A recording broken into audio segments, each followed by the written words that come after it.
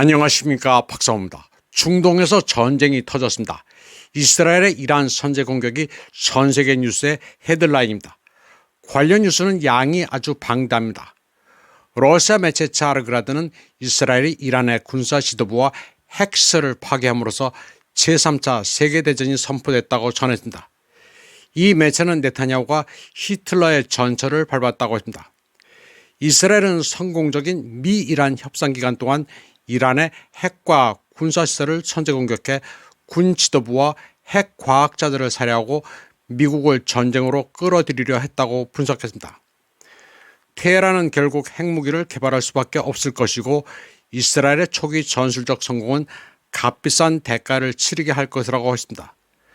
차르그라드는 텔아비브의 궁극적인 목표는 이란의 정권 교체라면서 베냐민 네타냐후는 6월 14일 생일을 맞은 도널드 트럼프 미국 대통령에게 선물을 줬다고 분석했습니다. 트럼프 대통령은 자국과 전 세계에 많은 문제를 안고 있기 때문에 일종의 돌파구를 준 것으로 이 매체는 해석했습니다. 또 이스라엘 공습은 우크라이나에 대한 관심을 희석시키는 효과도 있습니다. 그리고 이는 모스크바는 물론 이스라엘과 평화를 맺고자 하는 아랍 국가들에게도 생각할 거리를 제공한다고 분석했습니다. 차르그라드는 이란의 즉각적인 반응에 많은 것이 달려있다고 했습니다. 또 이스라엘의 종말이 끔찍할 것이라는 점과 이란이 모든 것을 다시 용인한다면 이란 역시 끔찍한 결과를 맞을 것이라는 점에는 더 이상 의심의 여지가 없다고 보도했습니다. 이 매체는 2025년 6월 13일은 1941년 6월 22일과 매우 유사하다고 했습니다.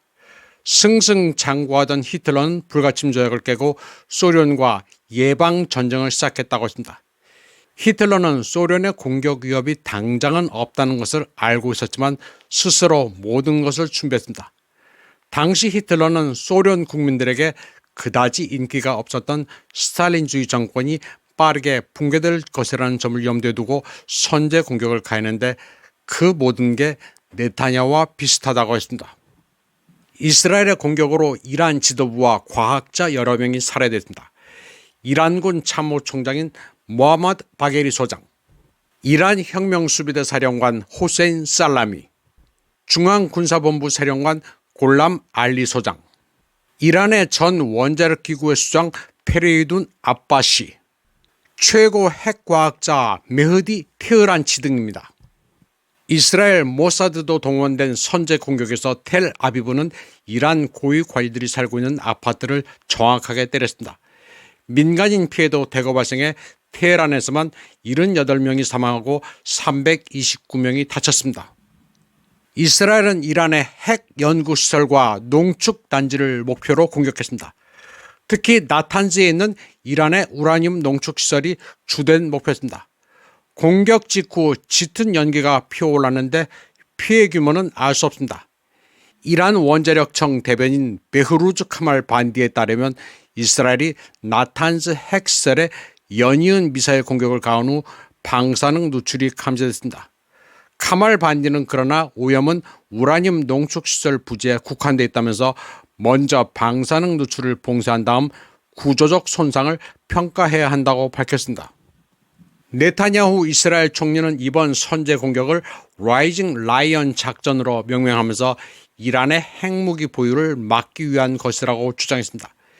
이스라엘은 수십 개의 핵무기를 보유하면서 전략적 모호를 명분으로 집단 서방의 비호를 받으면서도 이란에 대해서는 우라늄 농축 가능성만 가지고도 트집을 잡고 있습니다. 네타냐후는 군사작전이 필요한 한 계속될 것이라고 말했습니다. 그는 국민들에게 평소보다 더 오랫동안 대피소에 머물러야 할 수도 있다고 경고했습니다. 네타냐후는 수십 년 동안 이란이 이스라엘을 작은 악마, 미국을 큰 악마로 불러왔다면서 이란은 이스라엘과 미국의 위협이라고 주장했습니다. 카츠 이스라엘 국방장관도 이란 핵 프로그램이 실존적 위협이라면서 테헤란은 이미 핵폭탄 15개를 만들 재료를 보유하고 있다고 비난했습니다. 이스라엘에서는 이란의 보복에 대비해 비상사태가 선포됐습니다. 그리고 준비 중이던 프라이드 퍼레이드를 취소했습니다. 이스라엘은 변태 나라입니다. 무지개 깃발을 내걸고 변태 행사를 버젓이 하는 나라가 이스라엘입니다. 이스라엘을 숭배하는 한국의 보수 기독교인들은 이 점을 알아야 합니다. 이번 공격은 일요일 오만에서 예정된 미국과 이란 간 핵 협상을 불과 이틀 앞두고 발생했습니다. 스콧 리턴은 미국이 핵 협상으로 이란의 주의를 돌린 뒤 이스라엘과 공모했다고 말했습니다.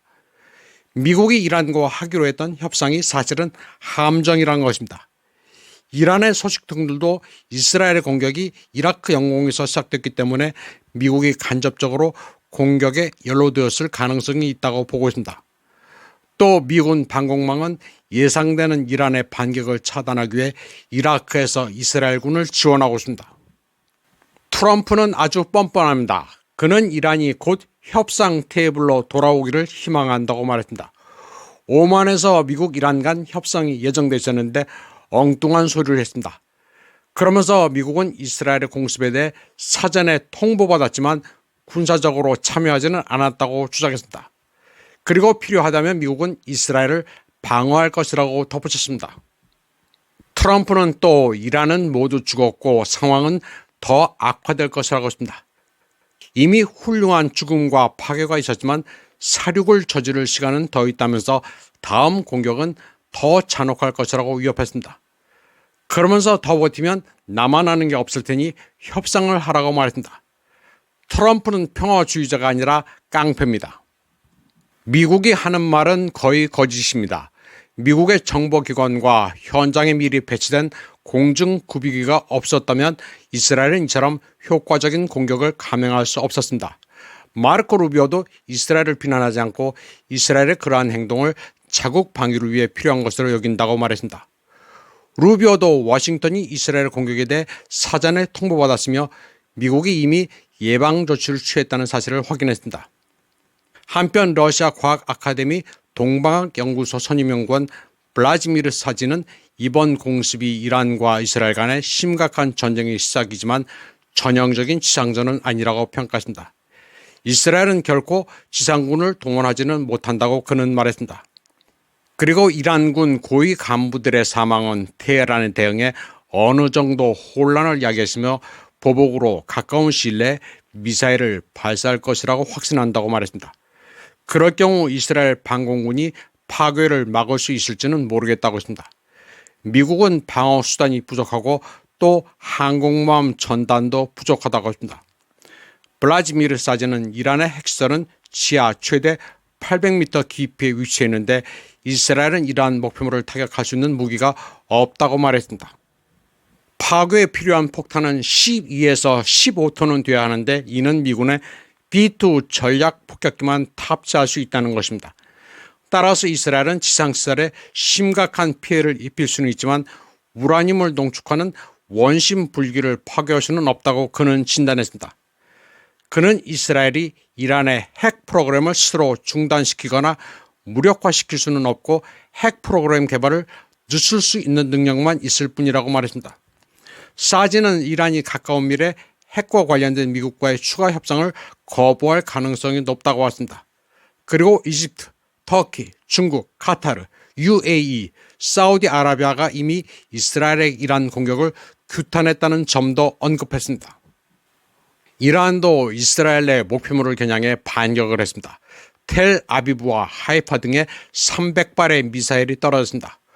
보복 작전의 이름은 A True Promise 3, 진정한 약속 3편입니다. 공격으로 인한 피해 규모는 아직 불분명합니다. 로켓 공격 경보로 주민들이 대피소에 들어간 상황입니다. 소셜미디어는 파괴된 주택과 불타는 차량들을 보여주는 영상들이 속속 올라오고 있습니다. 이스라엘의 이란 공격은 새로운 갈등을 촉발하며 이 지역을 혼란에 빠뜨리고 있습니다. 이란은 드론으로 대응하고 있으며 호르무즈 해협 봉쇄가 임박했습니다. 시장이 패닉에 빠지면서 석유와 가스 가격이 급등하고 있습니다.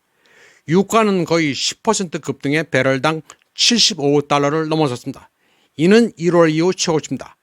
JP모건은 배럴당 120달러, 어쩌면 그 이상을 예상합니다. 암호화폐 시장은 흔들리고 있으며 집단 매도가 이루어지고 있습니다. 비트코인 가격이 하락하는 이유는 이스라엘의 이란 공습으로 불확실성이 커지고 투자자들이 암호화폐와 같은 위험한 투자에서 안전한 자산으로 옮겨가고 있기 때문입니다. 대표적 안전자산인 황금은 급등하고 있습니다. 글로벌 준비자산에서 유로를 제치고 달러에 이은 2위를 차지했습니다. 한편 러시아 매체 RT 편집장 마르가리타 시모냐는 이미 취약했던 세계 질서에 또 다른 균열이 생겼다고 했습니다. 마치 역사가 스스로를 추월하는 듯 그 주기는 점점 더 짧아지고 잔혹해졌다면서 끝도 실리에 또이프랍 더 강한 자가 옳다는 말을 남겼습니다. 난장판이 된 세계에서 눈을 감지 않고도 직시하게 만드는 차가운 진실이 뭔지를 말했습니다.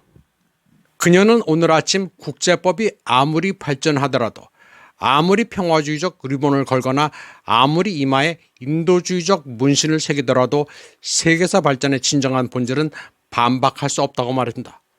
러시아 랩보이 밴드 말치슈닉이 가르쳐준 가장 단순한 원칙, 끝도 실리에 또이프랍 더 강한 자가 옳다는 말이 뭔지를 다시 한번 보여줬다고 말했습니다. 그녀는 모스크바 살롱에서는 오랫동안 적절한 결론을 내리고 적절한 결정을 내려왔다고 했습니다. 시모냐는 오늘날 힘을 지지하는 사람은 적지만 반대하는 사람은 더 적다. 힘을 반대하는 사람들은 힘을 지지하는 사람들을 두려워한다. 따라서 삶을 더 편하게 하려면 오늘 더 건강해져야 하고 모든 사람의 눈을 똑바로 바라보라고 말했습니다. 시모냐는 진실을 빙빙 돌리거나 진부한 표현 없이 있는 그대로 직설적으로 말합니다. 이 세상에서 유일하게 가치 있는 것은 힘뿐이며 정의도, 국제규칙도, 도덕적 호소도 아니라는 것입니다. 이번 방송은 여기까지 하겠습니다. 시청해주신 여러분 감사합니다.